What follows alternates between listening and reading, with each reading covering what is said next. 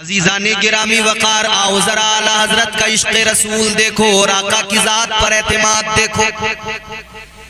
ताजदारे अहले सुन्नत सरकार आला हजरत हज के सफर पर निकले हैं और उन दिनों पानी के जहाज से सफर हुआ करते थे।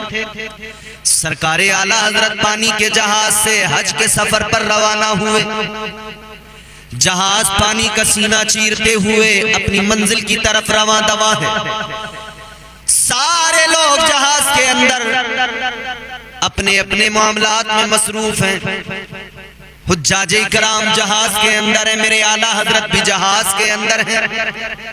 सरकार आला हजरत अल्लाह की इबादत और रियाजत में लगे हुए हैं, आका पर दुरूद और सलाम पढ़ने में लगे हुए हैं। जहाज आगे बढ़ता जा रहा है अपनी मंजिल की तरफ, मगर एक ऐलान होता है जहाज के अंदर। जहाज चलाने वाला, जिसको मल्लाह कहते हैं, नाखुदा भी कहा जाता है, कश्ती का नाखुदा, जहाज का नाखुदा, उसने एक ऐलान किया। उसने कहा कि हम बहुत देर से कोशिश कर रहे हैं, मेहनत कर रहे हैं, जहाज लेकिन हमारे काबू में नहीं आ रहा है और हम अब बेबस हो गए, नाकाम हो चुके हैं, हमारे काबू से बाहर है। अब अपने जानो माल की आप खुद हिफाजत करें, जहाज पानी में डूबने वाला है। जब अल्लाह की जानिब से यह ऐलान कर दिया गया जहाज पानी में डूबने वाला है, तो सारे मुसाफिर घबरा गए। जहाज के अंदर जितने भी लोग हैं, जितने भी हुज्जाज हैं, सब परेशान, घबरा गए। चीखो पुकार मच गई, क्या होगा। लग रहा था कि बस अब थोड़ी देर में हम डूब जाएंगे, सारे के सारे मर जाएंगे। जहाज के नाखुदा ने ऐलान कर दिया था जहाज हमारे कंट्रोल के बाहर है, हमारे काबू के बाहर है, अब हम इसको बचा नहीं सकते। सारे लोग घबराए हुए, सारे लोग परेशान, मगर परेशान इधर सब हैं, मगर इन लोगों ने देखा एक जाते वाला सिफात, एक शख्सियत, बावकार शख्सियत, मेरे आला हजरत सरकार बड़े पुरसुकून हैं, इत्मीनान के साथ बैठे हैं, आका पर दुरूद और सलाम पढ़ रहे हैं। लोग हैरान हुए, करीब आए, कहने लगे मौलाना जहाज डूबने वाला है, हम मरने वाले हैं, सब घबराए हुए हैं, सब परेशान हैं, लेकिन आप इतने इत्मीनान से बैठे हैं, क्या मामला है।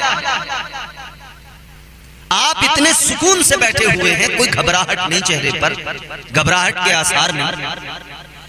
मेरे आला हजरत सरकार ने फरमाया घबराते किस लिए हो, आज ये जहाज नहीं डूबेगा, आज हम लोग नहीं मरेंगे।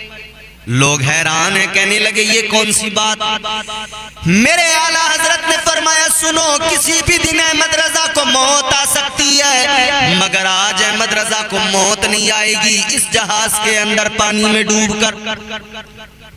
लोग कहने लगे आपको इतना एतमाद, इतना भरोसा, मौत जिंदगी तो अल्लाह के इख्तियार में, आप कैसे कह सकते हैं कि मौत नहीं आएगी, नहीं डूबेगा जहाज।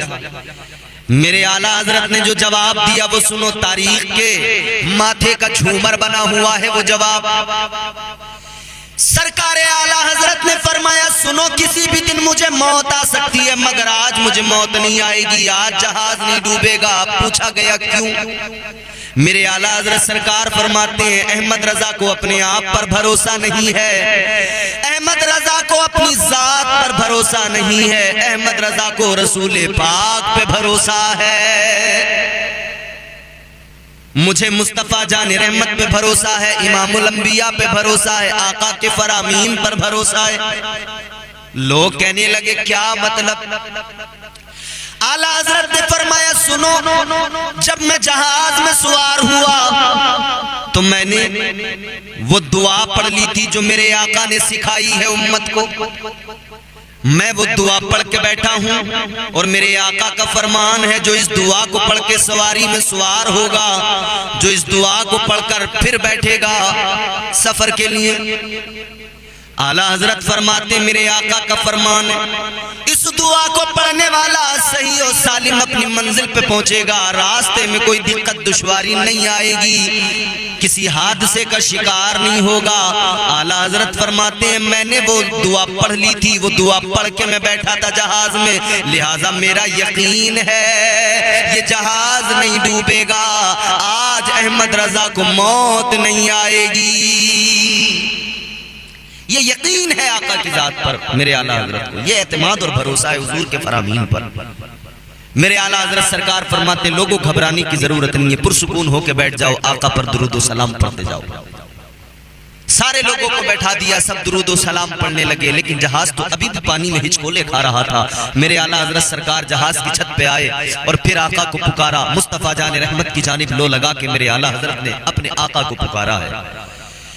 ताजदारे बरेली ने आका को पुकारा, अर्ज किया या रसूल अल्लाह, ऐ ताजदारे मदीना, मेरी कोई हैसियत नहीं मगर मैंने आपके फरमान के मुताबिक लोगों को बता दिया है जहाज नहीं डूबेगा। या रसूल अल्लाह दुआ पढ़ के बैठा हूँ, आका करम फरमाइए।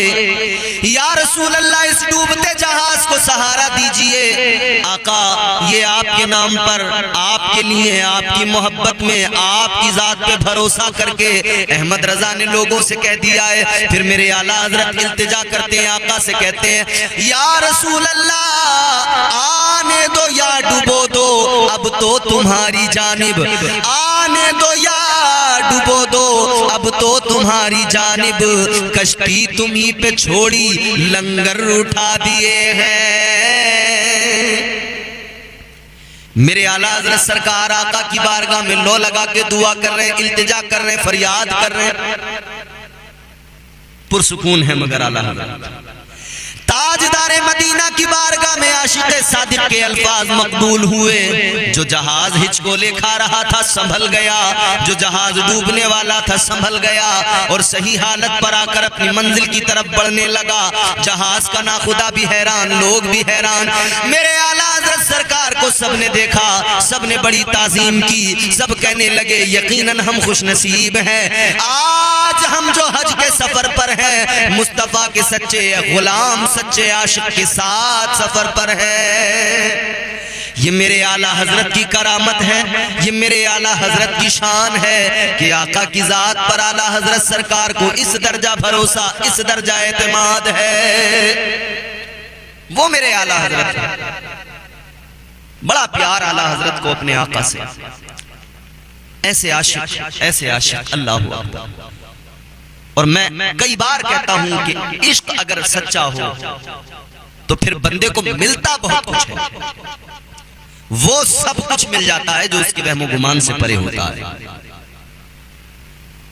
इश्क करना जरूरी है, इश्क रहमत है खुदा की, इश्क मीरा से अजल, सच्चा इश्क, इश्क हकीकी।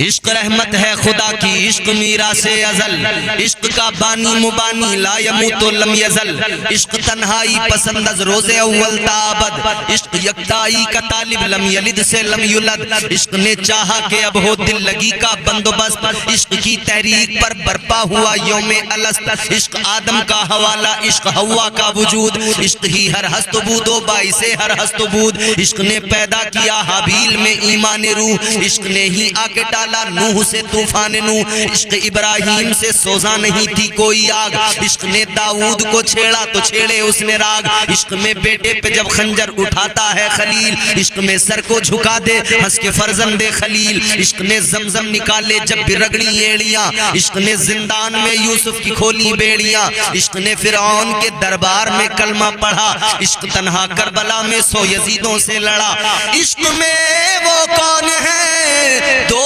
बादशाहाने वली, इश्क है या तो हसन या फिर हुसैन इब्ने अली। बड़े इनाम मिलते हैं इश्क सच्चा होना चाहिए और आला हजरत को सच्चा इश्क था। कितने इनाम से अल्लाह ने नवाजा, कितने इनामात अल्लाह ने अता फरमाए। मेरे आला हजरत सरकार 54 उलूम व फनून पर महारत रखते थे। आजकल कॉलेज यूनिवर्सिटीज में पढ़ने वाले तमाम लोग, हद होती है हाई स्कूल इंटर में 4, 5, 6 सब्जेक्ट, और उनमें भी बस इतनी ही पकड़ बन पाती है कि किसी भी सब्जेक्ट में बस पास होना होता है, ठीक ठाक मार्क्स आ जाए, पास हो जाए। ग्रेजुएशन में गए सब्जेक्ट कम हो गए, पोस्ट ग्रेजुएशन में गए सब्जेक्ट कम हो गए, फिर एक सब्जेक्ट पे पहुंच गई कहानी, फिर उसी में किसी ने पीएचडी कर ली, किसी ने कुछ कर लिया। कहने का मतलब यह है यहाँ पर अगर कोई मैथ में महारत रखता है तो वो सिर्फ मैथ पर अच्छी पकड़ रखता है, अगर किसी को सोशियोलॉजी पर दस्तरस है तो वो आगे तक उसी पर बस महारत, बाकी में वीक, कमजोर। एक सब्जेक्ट पे महारत होती है, बाकी में बंदा वीक होता है। मगर क्या शान है मेरे आला हजरत की, 54 सब्जेक्ट पर आपको मुकम्मल महारत, 54-55 सब्जेक्ट पर ऐसी मुकम्मल महारत कि बड़े बड़े यूनिवर्सिटी के प्रोफेसर वो भी हैरान रह जाते हैं आला हजरत का इल्म देखकर। अलीगढ़ मुस्लिम यूनिवर्सिटी के अंदर एक प्रोफेसर थे सर जियाउद्दीन, मैथमेटिक्स के प्रोफेसर थे, मैथ के टीचर थे, बहुत मालूमात थी, लेकिन मैथ के कुछ ऐसे सवाल थे जिनको वो हल नहीं कर पा रहे थे और परेशान थे। बड़ी बड़ी यूनिवर्सिटी से उन्होंने राब्ता किया, वहां के प्रोफेसर से राब्ता किया, हल नहीं हो पा रहे थे।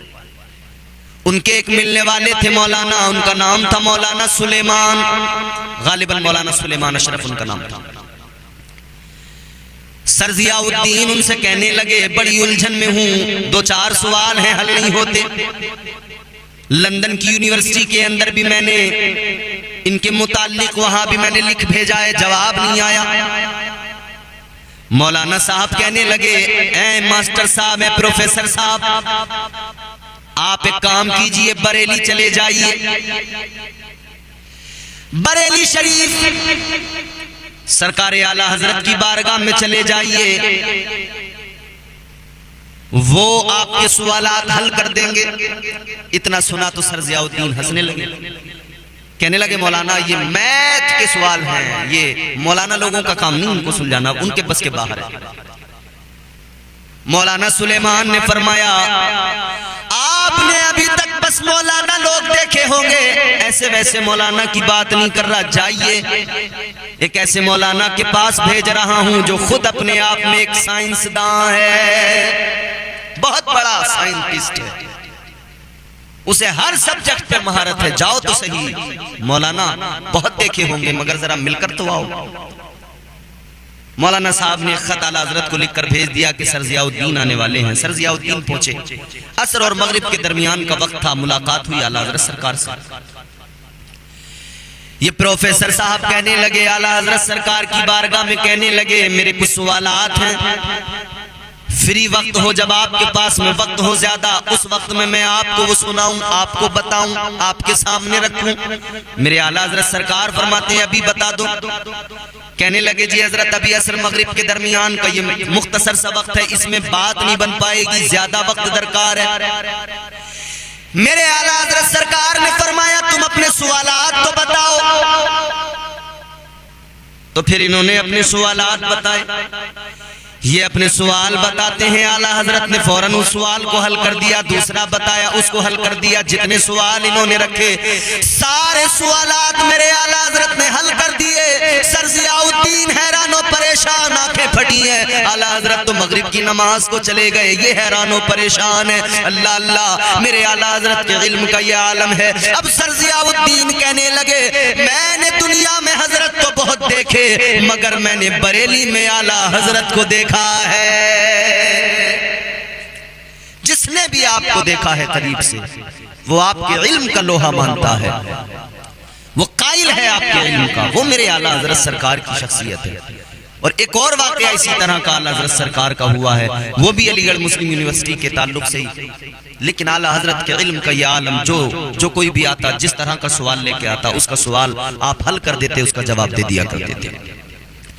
अजीजाने गिरामी वकार गौर फरमाइए, इल्म का अंदाजा कीजिए मेरे आला हजरत सरकार का इल्म क्या है। उठाकर देखिए जरा कंजुल ईमान, मेरे आला हजरत सरकार ने जो कुरान मजीद का तर्जुमा किया, मेरे मुस्तफा जाने रहमत के प्यारे गुलाम सरकार आला हजरत ने वो तर्जुमा किया कि दुनिया के बड़े बड़े मुतरजिम हैरान हैं, दुनिया के बड़े बड़े तर्जुमा करने वाले हैरान हैं।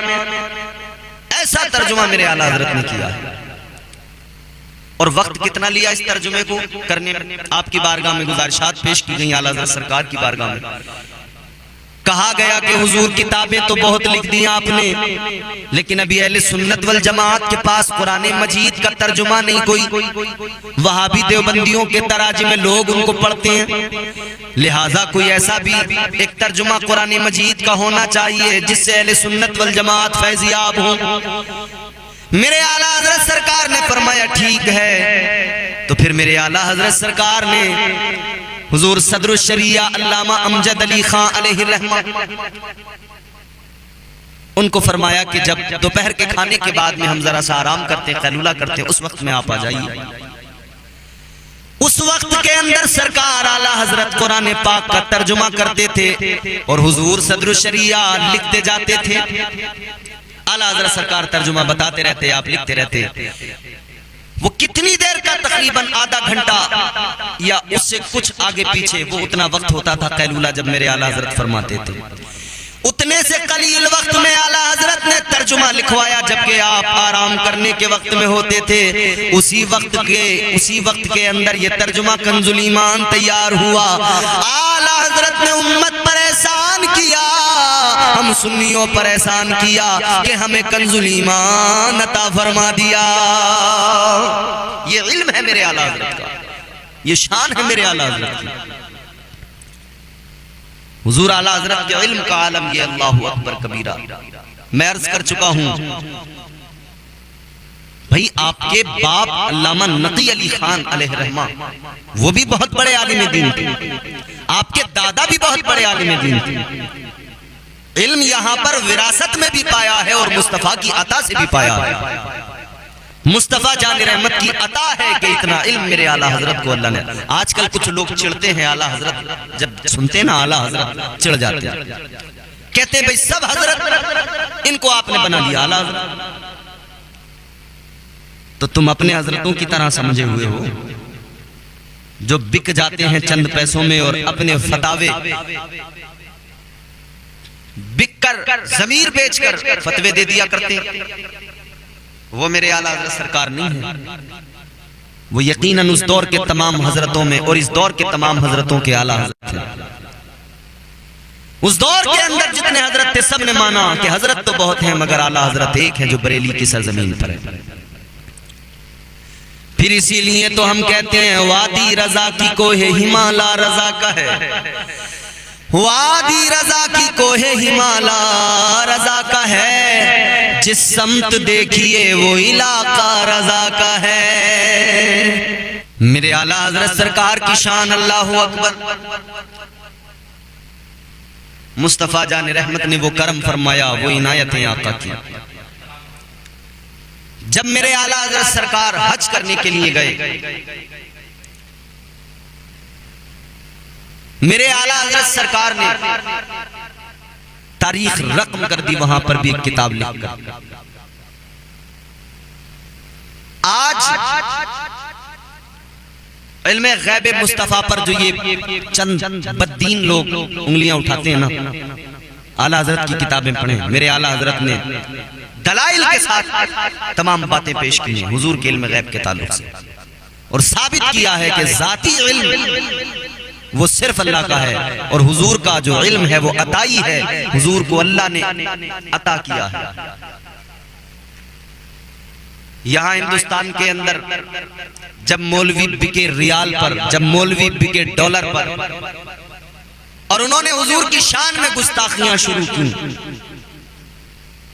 वो चाहे मौलवी इस्माइल देहलवी हो, वो चाहे अशरफ अली थानवी हो, वो चाहे खलील अहमद अम्बेठी हो, वो चाहे रशीद अहमद गंगोही, जब ये डॉलर और रियाल पर बिके और इन्होंने हुजूर की शान में गुस्ताखियां की, तब मेरे आला हजरत सरकार ने अपना कलम चलाया। लोग कहते हैं कि साहब उन्होंने कुफ्र के फतवे लगा दिए, यूं ही नहीं लगा दिए। पहले आला हजरत सरकार ने इनको खत लिखकर भेजे कहा कि देखो तुमने अपनी किताबों के अंदर जो ये सब कुछ लिखा है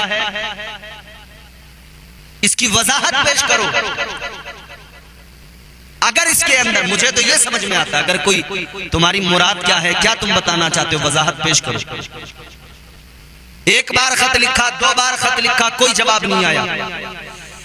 आला हजरत सरकार इनको खत लिखकर भेजते, ये कोई जवाब नहीं देते थे, क्योंकि खोट थी ना अपने अंदर इनके, जवाब नहीं आते थे, जवाब नहीं आते थे। फिर फाइनल मेरे आला हजरत ने लिखकर भेजा, देखो अगर तुम जवाब नहीं भेजोगे, मेरे पास में इस्तिफ्ता है, लोगों ने मुझसे सवाल किया है, अगर आप लोग वजाहत नहीं पेश करोगे तो फिर मुझे मजबूरन इस तख्ते का जवाब लिखना पड़ेगा, और वही लिखा जाएगा जो जाहिर नजर आता है। जब इन्होंने कोई जवाब नहीं दिया, फिर भी मेरे आला हजरत ने एहतियात से काम लिया। फिर इस तख्ते को मेरे आला हजरत सरकार ने उलमाए हरमैन तय्यबैन के सामने रखा, और उलमाए हरमैन तय्यबैन ने इन तमाम लोगों पर कुफ्र का फतवा लगाया। मेरे आला हजरत सरकार ने उस फतवे को लाकर यहाँ पर लोगों के सामने रखा। आला हजरत सरकार ने इनकी सच्चाई दुनिया के सामने रखी। अब इनको तकलीफ होती है, अरे वो जो तुम्हारे बड़े मर गए गड़बड़ियां करके, अगर उन्होंने पहले ही जवाब दे दिया होता मेरे आला हजरत के खुतूत का, तो उसी वक्त में वो चाहते तो इन तमाम मसाइल पर बात हो जाती। मेरे आला हजरत सरकार उनको तभी निशानदेही फरमा रहे थे, तुमने ये गलत लिखा, ये गलत लिखा, ये गलत लिखा, या तो इसको निकालो या इसकी वजाहत पेश करो, या तो वजाहत पेश करते या निकालते। आज की तकलीफ होती है, जब आदमी गलत करता है तभी वो जवाब नहीं देता है, अगर वो सही होता है फौरन जवाब दिया करता है। बाज लोग कहते हैं साहब अशरफ अली थानवी और आला हजरत एक मदरसे में पढ़े, एक साथ रहे, फिर बाद में दोनों ने अपने अपने मदरसे अलग अलग बना लिए और दोनों ने अपने अपने फिरके बना लिए। सच्चाई ये है, आला हजरत सरकार पढ़ना तो अशरफ अली थानवी के साथ दूर की बात, कभी मुलाकात भी नहीं हुई, बराह रास्त मुलाकात भी नहीं हुई है। यहां आला हजरत को कोई जाती दुश्मनी नहीं थी अशरफ अली थानवी से, रशीद अहमद गंगोही से, इस्माइल देलवी से, इन तमाम मौलवियों से कोई जाती दुश्मनी, को रंजिश नहीं थी। बात मुस्तफा की अजमत की थी, बात मदीने वाले आका की इज्जत की थी, बात मेरे मुस्तफा जान रहमत के वकार की थी। तो जो मुस्तफा की इज्जत की बात करता है अल्लाह उसको इज्जत अता करता है, जो मुस्तफा के वकार की बात करता है अल्लाह उसको वकार अता फरमाता है। मेरे आला हजरत सरकार ने मुस्तफा की इज्जत की बात की, अल्लाह ने आला हजरत को इज्जत अता फरमाई। इज्जतें अता करने वाला परवरदिगार है, मुस्तफा के सदके में इज्जतें मिलती हैं। अभी हमने देखा इस दौर के अंदर एक दीवाना था जो नामूसे रिसालत की बात किया करता था, पैरों से माजूर जरूर था, कुर्सी पर व्हील चेयर पर बैठकर उसने दुनिया को बताया कि मुस्तफा के गुलाम कैसे होते हैं। आज भी हिंदुस्तान की सरजमीन पर तहफ़्फ़ुज़े नामूसे रिसालत की बात करने वाले लोग मौजूद हैं, हुजूर की इज्जत की बात करने वाले मौजूद हैं। मुफ्ती सलमान अशरफी साहब एक जीती जागती मिसाल हैं, दीगर हमारे उलमा नबी की इज्जत की बात कर रहे हैं, मुस्तफा जान रहमत के वकार की बात कर रहे हैं। तो अल्लाह ने उलमाए अहले सुन्नत को इज्जतों से नवाजा है, इन्हें ताज वकार अता किया है। बात इतनी सी है कि बंदा हुजूर का हो जाए, बंदा हुजूर का गुलाम हो जाए। हजरत सलमान फारसी इश्क कैसे नवाजता है। हजरत सलमान फारसी गवर्नर बना दिए गए थे। एक रोज आप दस्तरखान पे बैठे हैं, बहुत सारे लोग बैठे हैं, कई मुमालिक के सफीर बैठे हैं। ताजदार मदीना वाली कायनात मुस्तफा जाने रहमत के प्यारे दीवाने, प्यारे गुलाम, प्यारे सहाबी हजरत सलमान फारसी रहमतुल्लाह रदियल्लाहु ताला अन्हु। आपको हुजूर की हदीस याद है कि अगर खाना खाते हुए रोटी का टुकड़ा दस्तरखान पर गिर जाए तो उठाकर खा लो। दस्तरखान पर आप बैठे हुए खाना खा रहे, रोटी का टुकड़ा गिरा दस्तरखान पर, हजरत सलमान फारसी ने उठाकर मुंह में रख लिया, खाने लगे। तो जो बराबर में बैठे हुए थे उन्होंने कहा, ए सलमान आप गवर्नर हो, आपके सामने दस्तरखान पर ये सफीर बैठे, कान में कहा आहिस्ता से, आपको ऐसा नहीं करना चाहिए, ये गिरा हुआ टुकड़ा उठाकर नहीं खाना चाहिए। उन्होंने तो कान में आहिस्ता से कहा था। हजरत सलमान फारसी भी उनकी बात का जवाब कान में दे सकते थे, मगर हजरत सलमान फारसी ने जोर से जवाब दिया। हजरत सलमान फारसी ने फरमाया, सुनो, मैं वो सलमान हूं जो सर पे खजूरों की टोकरी रखकर घूमता था। मैं वो सलमान हूं जो सर पे खजूरों की टोकरियां उठाया करता था। आज की गवर्नरी को तुम देख रहे हो, मेरा वो वक्त मुझे याद है। मैं तो गुलाम था, खजूरों की टोकरियां सर पे उठाता था, मगर उस गुलाम से यहाँ गवर्नर बनने तक का जो सफर है, इसमें मुस्तफा जान रहमत की गुलामी शामिल है। मुझे जो इज्जतें मिली हैं, ये मुस्तफा जान रहमत की गुलामी के सबब मिली हैं। तो मैं किसी भी हाल में रहूं, किसी भी ओहदे पे रहूं, आका के फरामीन पर अमल करता रहूंगा, हुजूर की अहादीस को सामने रखकर उन पर अमल करता रहूंगा। फरमाते ये जो कुछ इज्जत है, ये सर पे जो बाल उगे हुए हैं, ये मुस्तफा जान रहमत की मोहब्बत ने उगाए, वरना सर पे मेरे खजूरों की टोकरी रहती थी। ये जो इज्जत मुझे मिली है कि आज गवर्नर बना बैठा हूं, ये मुस्तफा की गुलामी ने बनाया। जान है इश्क मुस्तफा, मेरे आला हज़रत सरकार ने फरमाया ना, जान है इश्क मुस्तफा रोज फुजू करे खुदा। जान है इश्क मुस्तफा रोज फुजू करे खुदा। जिसको हो दर्द का मजा नाज़े दवा उठाए क्यों। जिसको ये इश्क की लज्जत मिल जाए, जिसको इश्क की हलावतें नसीब हो जाए, जिसको हुजूर से सच्चा इश्क हो जाए, उसको अल्लाह इज्जतें अता करता है। तो आला हजरत एक आशिक सादिक का नाम है, आला हजरत एक सच्चे नबी के गुलाम का नाम है। ताजदारे मदीना के इश्क ने, मेरे आका की मोहब्बत ने आला हजरत को हजरत से आला हजरत बनाया है। तो हम इसीलिए कहते हैं, जब तक हमारे जिस्म में जान रहेगी, हम आला हजरत का नाम लेते रहेंगे, हम आला हजरत पर मर मिटने की बातें करते रहेंगे। मसलके आला हजरत सलामत रहे, ये नारा लगाते रहेंगे, मसलके आला हजरत की बात करते रहेंगे। लोग कहते हैं साहब ये नया मसलक बना लिया, 4 मसलक, ये 5वां बना लिया। अरे नादानो बेवकूफो, 5वां मसलक नहीं बनाया, ये मसलके इमाम आजम ही है, मसलके अबू हनीफा ही है। मगर इस दौर के अंदर मसलके इमाम आजम का जो है ढोंग रचाकर और उसका जो है एक चोला पहनकर बहुत सारे बददीन निकले हुए हैं। तो अच्छे बुरे की परख करने के लिए, अच्छे बुरे में पहचान करने के लिए, ये बताने के लिए कि सच्चा आला हजरत, सच्चा इमाम आजम के मसलक पर चलने वाला कौन है, तो मसलके आला हजरत कहा गया। और जानना आसान हो गया, पहचानना आसान हो गया। जो मसलके आला हजरत पर होगा, बात बड़ी क्लियर है, वो यकीनन हक पर होगा। जो हाथ में लेकर देख कर छू कर खरीदा, उसकी कीमत कम। एक वो जो बिन देखे खरीदा, उसकी कीमत ज्यादा। यहाँ उल्टा हिसाब है, जो बिन देखे खरीदो उसकी कीमत बढ़ जाती है, जो देख के खरीदो उसकी कीमत कम होती है। मगर ये ईमान का मामला है मेरे प्यारे, जो बिन देखे खरीद लेता है, कम कीमत पर बड़ा सौदा उसे मिल जाता है, और जो देख के खरीदता है फिर उसके लिए कीमत बढ़ा दी जाती है। अब मैं आपको समझाता हूं। आपने कुछ खरीदा, मैंने कुछ खरीदा, मगर ईमान का सौदा क्या है? तुमने, मैंने, आप और हम अल्लाह पर ईमान रखते हैं। अल्लाह एक है। अल्लाह, जोर से बोले, अल्लाह एक है। एक है ना जी। हम अपने बच्चों को शुरू से सिखाते हैं अल्लाह एक है। गर्दिश में कहा उसके मुकद्दर का सितारा हो, जिसको मयस्सर तेरी रहमत का सहारा। तन्हा है, अकेला है, तू यकता है, अहद है, गैरत तेरी करती नहीं शिरकत को गवारा। हक ये है कि तुझ बिन कोई माबूद नहीं है तेरे सिवा कौन मददगार हमारा।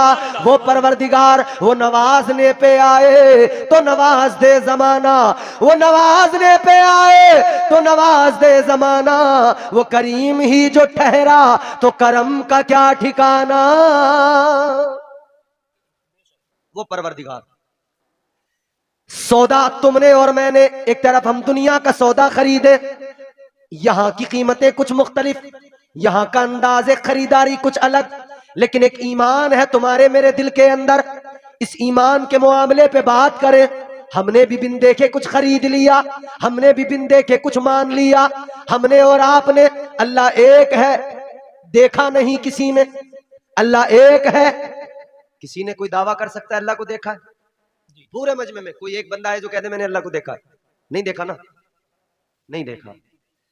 बस इतना जानते हैं एक देखने वाले का कहा मान लिया है, एक देखने वाले का कहा मान लिया है, बिन देखे हमने तुझको खुदा मान लिया है।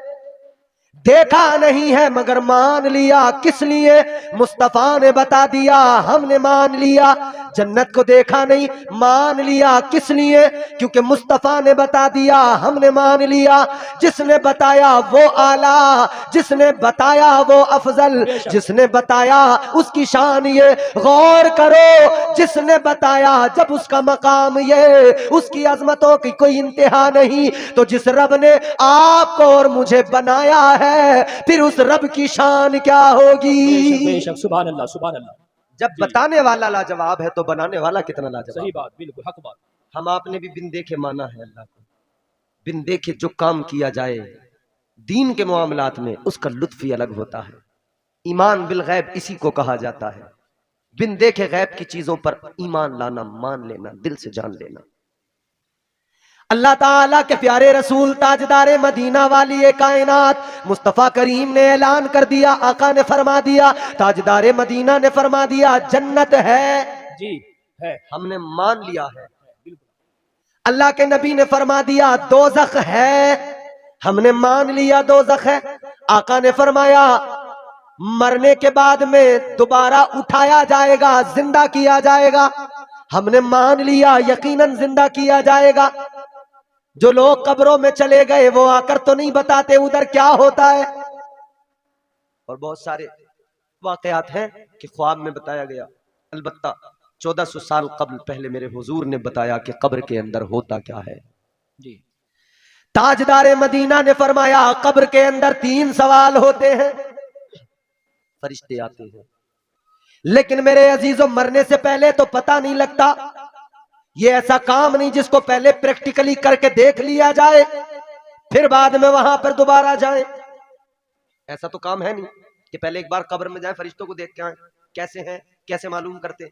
इंटरव्यू होता है ना, इंटरव्यू, एक इंटरव्यू देने गया, दूसरा बाहर है।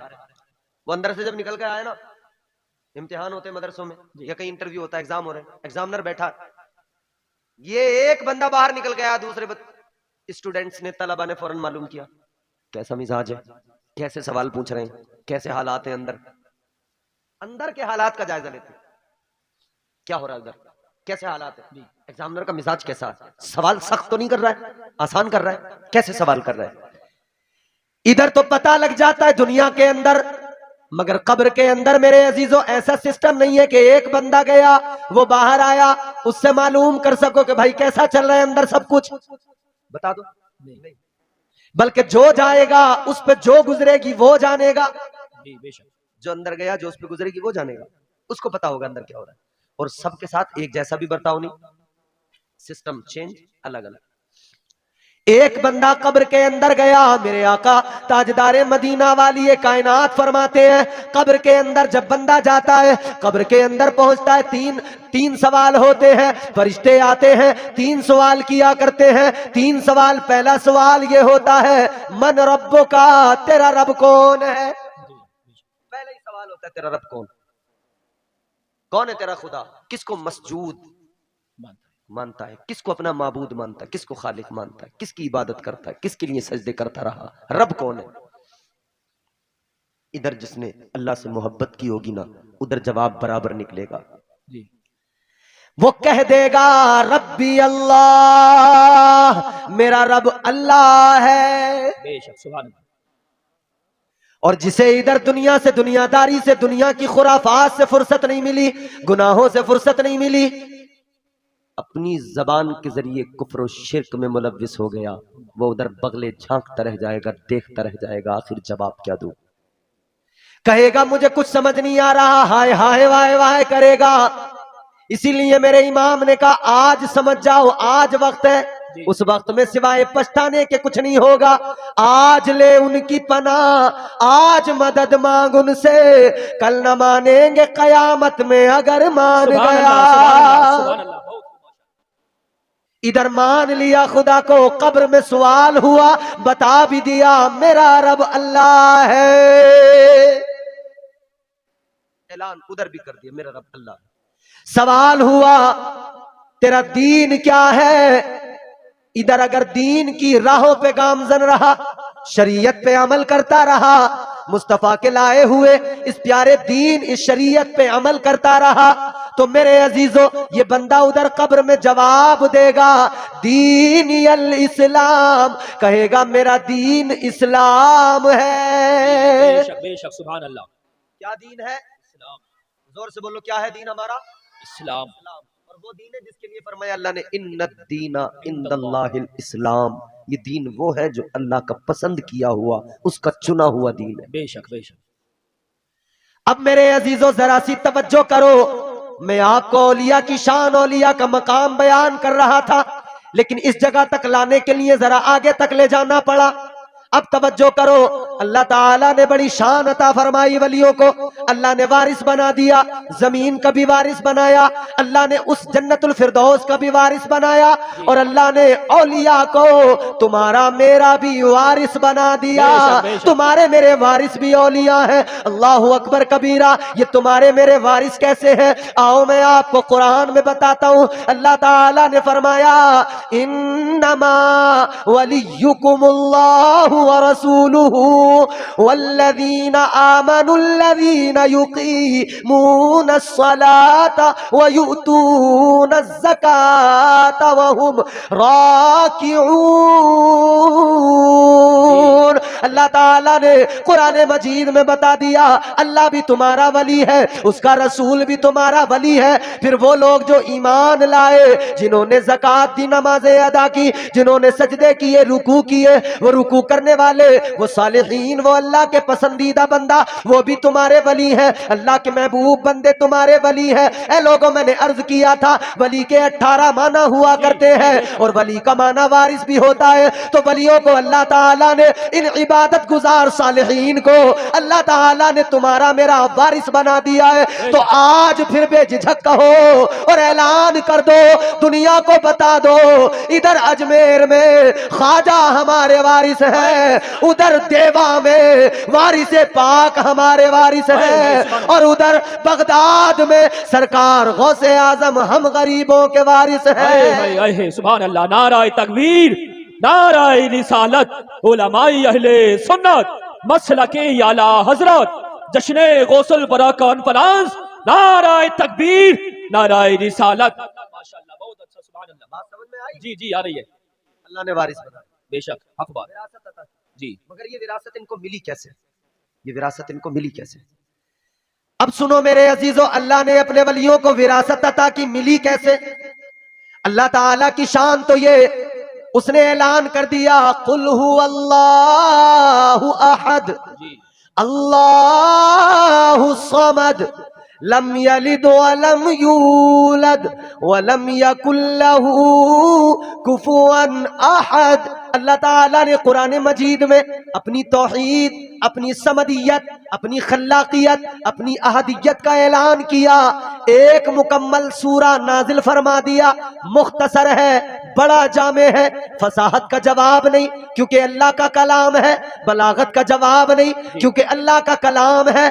कुरान बड़ी अजमत वाली किताब है, अल्लाह ने उसी में फरमा दिया जी कुल हुवल्लाहु अहद। बेशक तुम फरमा दो वो अल्लाह एक है। बोलो बोलो अल्लाह एक है। खत्म कर दूं? करिए। यप 5-7 मिनट की जहमत और नहीं अभी और कीजिए। अल्लाह अल्लाह, जोर से कहो अल्लाह एक है। एक है। मियाँ खुश नसीबो किस्मत वाले हो, एक खुदा को मानते हो। सही बात। बेशक। वरना लोग ऐसे हैं कि उन्हें गिनती मालूम नहीं है, हाँ, ऐसे गिनती पता नहीं है उन्हें है कितने। जी ऐसे ही है। और वो जो अनगिनत को मानते हैं उनसे 100 के नाम मालूम कर लो, बता नहीं सकते।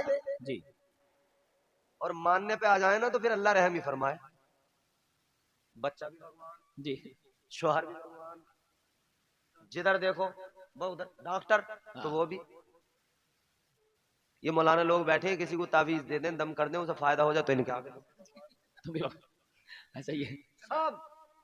जहां भाई यहाँ तो एकदम डिग्री है, आते जाओ बनते जाओ, आते जाओ बनते जाओ, आते जाओ बनते जाओ, गिनती कोई नहीं मियाँ, अनगिनत है।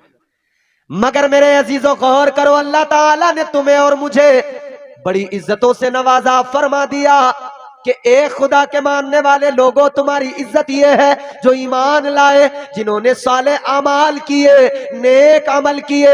अल्लाह ने फरमाया उनके लिए मेरा वादा है, वो मैंने बाग तैयार किया है, वो जन्नत तैयार की है, वो उसके अंदर जाएंगे और उस जन्नत की बहारों से लुत्फ अंदोज होंगे।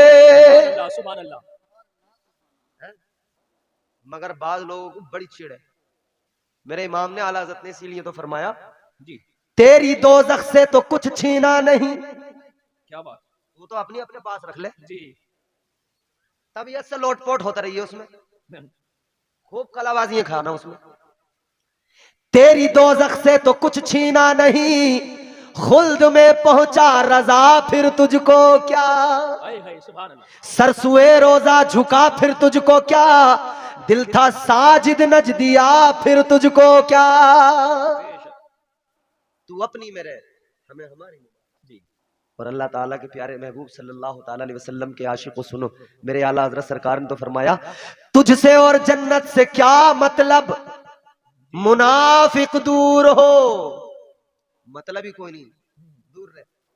तुझसे और जन्नत से क्या मतलब, मुनाफिक दूर हो, हम रसूल अल्लाह के, जन्नत रसूल अल्लाह की। बेशक बेशक, सुभान। तेरा तो कोई मतलब ही नहीं बनता, दूर दूर। एक खुदा के मानने वाले, अल्लाह ने फरमाया मेरी कोई औलाद नहीं, मेरा कोई बेटा नहीं, ना मैं किसी से पैदा हुआ ना कोई मुझसे पैदा हुआ। अल्लाह ने फरमाया मेरी कोई औलाद नहीं, मेरा कोई बेटा नहीं। लोग अपने बेटों को अपना वारिस बनाते हैं, मेरा कोई बेटा ही नहीं है। तो अल्लाह ताला ने बेटा कोई नहीं, अल्लाह ताला ने वलियों को वारिस बना दिया। सुभान अल्लाह, सुभान अल्लाह। मिल्कियत सारी अल्लाह की, मालिक सबका अल्लाह है, खालिक सबका अल्लाह है। उसने फरमा दिया तबारकल्लज़ी बियदिहिल मुल्कु व हुवा अला कुल्ली शैइन क़दीर। सुभान अल्लाह, सुभान अल्लाह। मिल्कियत सारी अल्लाह, मालिक सबका वो है। मगर उसने वारिस किसे बनाया, औलिया को, औलिया को वारिस बनाया। अब सुनो मेरे अजीजों, अल्लाह ताला ने विरासत दी। अब इसमें दो बातें मैं आपको बताकर गुफ्तगू खत्म कर दूंगा। विलायत दो तरह से समझे, एक विलायत कसबी विलायत, जी ये उलमा बैठे, वो जिसमें मेहनत हो, मशक्कत हो, इबादत हो, रियाजत हो, बंदगी हो, मुजाहिदे हो, तकवा हो, ये सारी चीजें।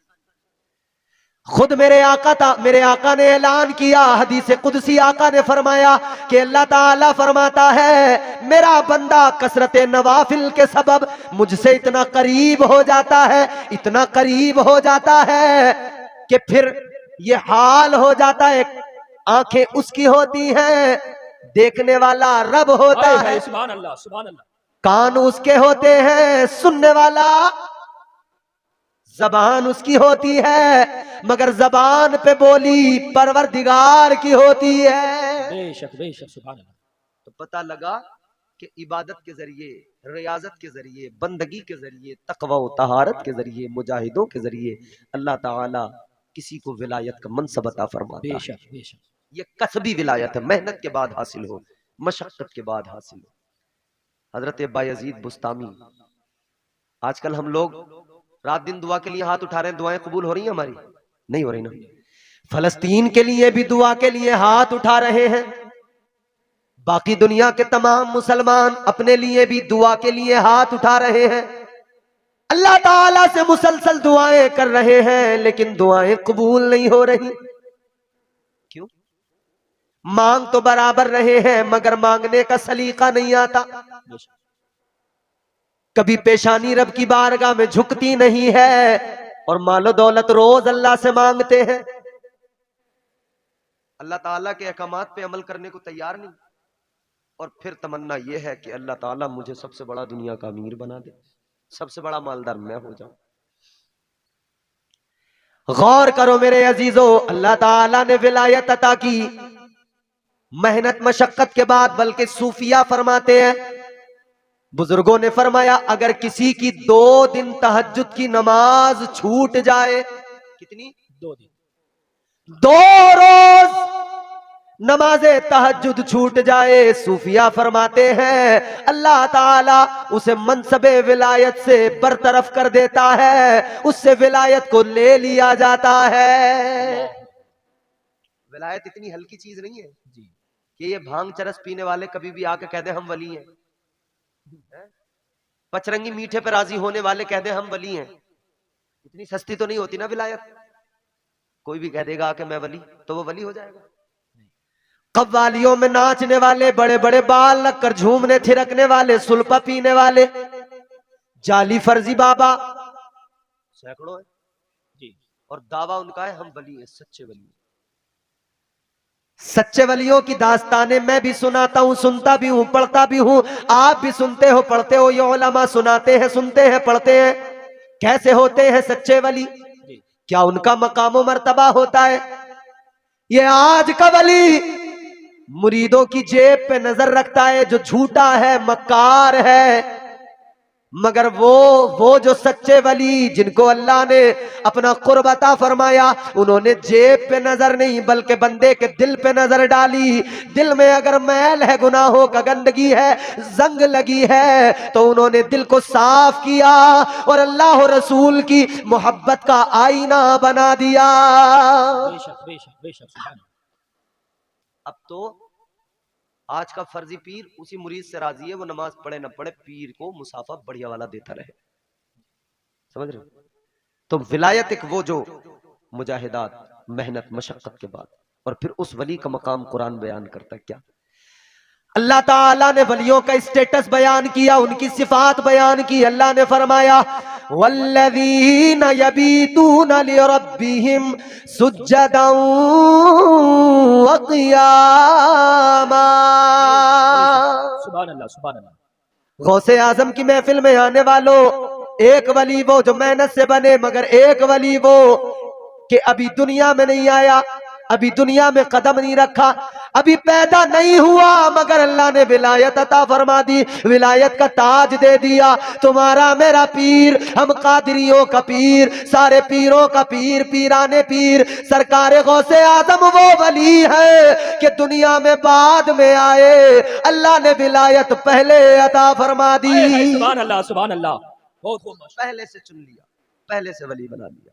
ये दो किस्म के वली हैं, और इन वलियों में फिर इनकी आगे की जिंदगी और सीरत जब आप देखेंगे तो दोनों की जिंदगियों में इबादत है, तकवा है, तहारत है, पाकीज़गी है, बंदगी है, मोहब्बत है, उखुव्वत है, मुरव्वत है, मसवात का दर्स है। फिर अल्लाह ताला का कुरान इनका स्टेटस बयान करता है। अल्लाह ताला ने फरमाया अत्ताइबून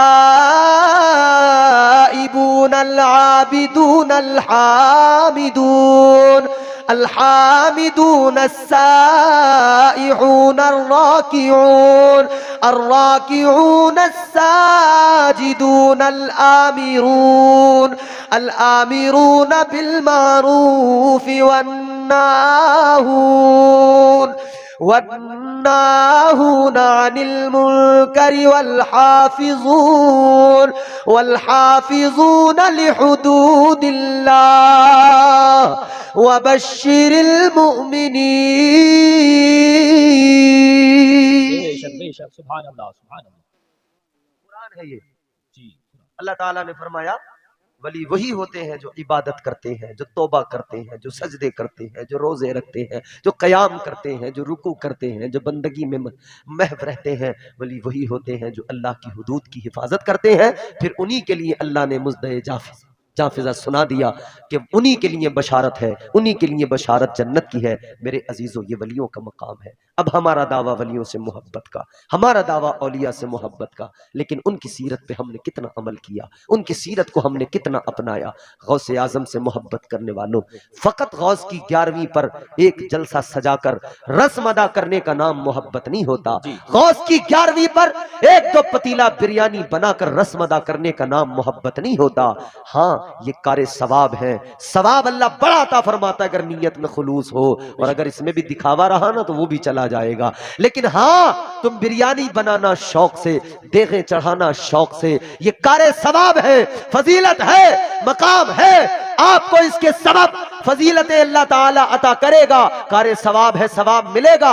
मगर ये न समझ लेना कि फकत बिरयानी बनाकर तुमने सारा मोहब्बत का हक अदा कर दिया है, फकत बिरयानी बनाकर तुमने सारे काम कर दिए, अब तुम्हें साल भर कुछ करने की जरूरत नहीं। ये गुमान न कर लेना, ये तसव्वुर न कर लेना। सही बात, हक बात, क्योंकि हमारे नफ्स ने हमें वर्गलाया, बेशक बहकाया। ये उलमा बैठे हैं, छोटी सी महफिल है, बड़ी अच्छी महफिल है, अच्छे सामाईन है, तो मैंने आपको पूरी तकरीर में कोशिश की है कि मैं कुरान सुना दूं, लतीफे न सुनाऊं।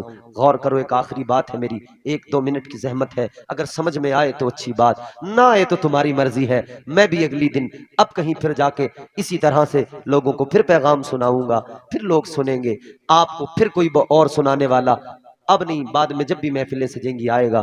मेरा अगर मुकद्दर में दोबारा यहाँ का आना लिखा हुआ होगा तो इंशाअल्लाह फिर कभी मैं भी आऊंगा। मगर एक मेरी आखिरी बात तवज्जो से सुन लो, और उसे सुनने से पहले जितने भी लोग हुजूर से सच्ची मोहब्बत करते हैं, मोहब्बत से कह दें सुभान अल्लाह। सुभान अल्लाह। नफ्स ने हमें वर्गला दिया जी, बहका दिया। मैं इमाम साहब के कमरे में गया, मैंने बड़ी किताबें रखी देखी। जिन इमामों के हुजरों में किताबें बहुत मिलती हैं ना, दिल बड़ा खुश होता है, बेशक, क्योंकि वो इमाम वाकई इमामत के असल हकदार और मुस्तहिक होते हैं। वो इस लायक होते हैं कि उन्हें वजीम मनसब अता करके उनको इज्जतों से नवाजा जाए। जी बेशक। नफ्स हमारा हमारे साथ हर वक्त। इमाम हजरत शेख सादी शिराजी अलैहि रहमा आप फरमाते हैं, जो नफ्स है ना तुम्हारा, ये एक भेड़िए की तरह है। किसकी तरह? भेड़िए की तरह। भेड़िए की तरह। ये जो अक्ल है ना, एक भेड़ की तरह है, और बंदे की हैसियत एक चरवाहे की जैसी है। आपने चरवाहे को देखा होगा, अगर वो जंगल के अंदर बकरियां चरा रहा है, भेड़ चरा रहा है, अगर नजर बच गई तो भेड़िया आएगा, भेड़ खा जाएगा। शेख सादी फरमाते हैं, ये नफ्स नाम का जो भेड़िया है बड़ा खतरनाक है। अगर तुम्हारी तवज्जो हट गई, जरा सी भी गफलत हुई, जरा सी भी भूल हुई, याद रखना ये अक्ल नाम की जो भेड़ है, इसे नफ्स नाम का भेड़िया खा जाएगा। जी बेशक। कुछ नहीं बचेगा पास। अक्ल गई, जहानत गई, सोचने समझने का मादा गया। ये नफ्स बड़ा खतरनाक है। अल्लाह ताला ने जब नफ्स को पैदा किया तो परवरदिगार ने पैदा करने के बाद में फरमाया, बता मैं कौन हूं? ये नफ्स कहने लगा अंता अंता, अना अना, कहने लगा तू तू है, मैं हूं। क्या बात समझ आ रही है? ये जो गांव में चारपाई डाल के हुक्का रख के चौड़ा होकर आदमी कहता है ना कि वो मैं होगा, मैं हूं, मेरे सामने वो क्या है? ये नफ्स है इंसान का जो कहलवाता। जी सही बात। समझ रहे हो? 4 पैसे आए, दौलत आई तो कहने लगा किसी की मेरे सामने क्या औकात। हमने ऐसे भी देखे जो कहते थे तेरी औकात क्या है, तुझे भी खरीद लूंगा, तेरी सारी प्रॉपर्टी को भी खरीद लूंगा। अब हमने वक्त को अंगड़ाई लेते देखा, आज हालत ये है कर्जदार लाइन लगा के खड़े हैं, पास पल्ले कुछ नहीं बचा। क्यों? बड़ा एटीट्यूड था, तकब्बुर था, घमंड था, अकड़ थी। दिए से लो कभी तूफान से ताकत छीन लेता है, वो जाबिर बादशाहों से हुकूमत छीन लेता है। बहुत ही सादगी से तुम गुजारो जिंदगी अपनी, हवा में उड़ने वालों से वो शोहरत छीन लेता है। वो अपने नेक बंदों को कभी रुसवा नहीं करता, मगर भटके हुए लोगों से जन्नत छीन लेता है। वक्त की कद्र किया करो, जब अल्लाह नवाजे तो मगरूर न हुआ। सुबह मगरूर को वो शाम भी कर देता है, शोहरतें छीन के गुमनाम भी कर देता है। वक्त से आंख मिलाने की हिमाकत न करो, वक्त इंसान को नीलाम भी कर देता है। बेशक। कभी मगरूर न होना। शैतान को इसी गुरूर ने बर्बाद किया था। वो कहता था ना अना अना अना खैरुम मिन, कहता मैं बेहतर, मैं अफजल, मैं बरतर। इसने जब ज्यादा किया ना, अल्लाह ताला ने फिर सजदे का हुक्म दिया, नहीं किया, कहता मैं बरतर, मैं बरतर। अल्लाह ने फरमाया काल फखरुज मिनहा फइन्नका रजीम व इन्ना अलैका लानता इला यौमिद्दीन। अल्लाह ने फरमाया ओ मरदूद निकल जा, दफा हो जा।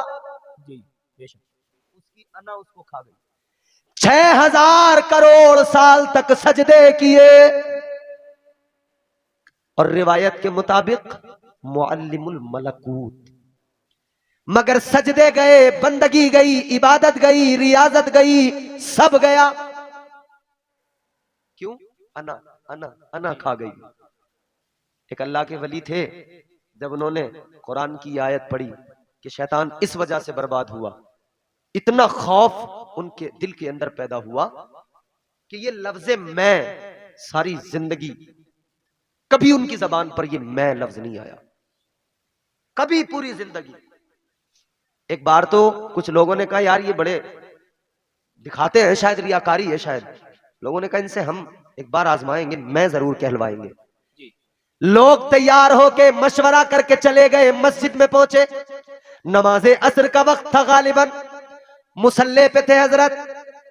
इन्होंने सफ के अंदर से एक आदमी कहने लगा हजरत एक सवाल है, जरा ये बता दो शैतान को अल्लाह ने मरदूद क्यों बना दिया था? वो किस लिए अल्लाह ने लानत का तौक उसके गले में डाल दिया था? ये सोच रहे थे, अब तो कहेंगे कि वो अनानियत की वजह से गया, अना की वजह से गया, मैं करता था इसलिए गया। सोच रहे थे ऐसा होगा, लेकिन मेरे अजीजों गौर करो, अल्लाह के वली ने फरमाया जरा रुक जाओ, नमाज का वक्त है, नमाज अदा कर लो तब जवाब दूंगा। नमाज शुरू हुई, नमाज पढ़ी गई, आराम से नमाज से फारिग हुए। आपने नमाज से फारिग होने के बाद में आपने फरमाया वो कौन था जिसने सवाल किया था? ये सफ के अंदर से खड़ा हुआ, कहने लगा मैं। हजरत ने फरमाया यही तो वो लफ्ज है जिसने शैतान को बर्बाद कर दिया। इनसे कहलवाऊंगा, अल्लाह वाले ने उससे कहलवाया। जी जी, मरदूद बना दिया अल्लाह ने, निकाल दिया। मगर ये निकलते निकलते भी मरदूद अपनी पूरी सी दिखा के गया। कहने लगा या अल्लाह जा रहा हूं, ज्यादा दूर नहीं जाऊंगा। कहां जाएगा? कहने लगा लअक़उदन्न लहुम सिरातकल मुस्तक़ीम।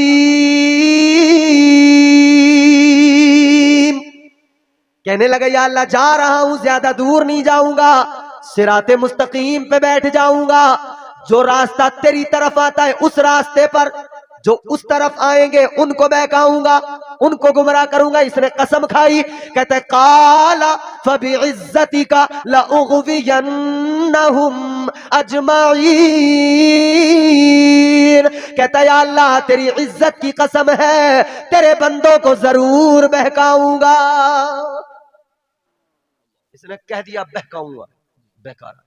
मगर ये नफ्स है हर वक्त साथ में, एक तरफ शैतान है, एक तरफ नफ्स है, दोनों अपना काम कर ले। मगर बंदा अगर ये सोचने लगे भाई मैं करूं तो क्या करूं, कमजोर बड़ा हूं, एक तरफ शैतान है, एक तरफ नफ्स है, इससे बचूं या उससे बचूं? कमजोर नहीं हो, अल्लाह ने अक्ल दी है, अच्छे बुरे का फर्क कर लेते हो। ये मादा, ये अल्लाह ने समझ तुमको मुझको अता की, इंसान बनाकर अशरफ बना दिया। और फिर फरमाया तुम्हारी इज्जत ये है, तुम्हें जो कुछ दिया लाजवाब दिया है, सूरत भी तुम्हें लाजवाब दी है, सीरत भी अगर तुम बेहतर बना लो तो तुमसे अफजल कोई नहीं है। बेशक बेशक, फरमा दिया वसव्वरकुम फअहसन सुवरकुम। अल्लाह ने सूरत का भी जिक्र कर दिया, हुस्न का, चेहरे का। और अगले मकाम पे फरमाया लक़द खलक़नल इंसान फी अहसनि तक़वीम।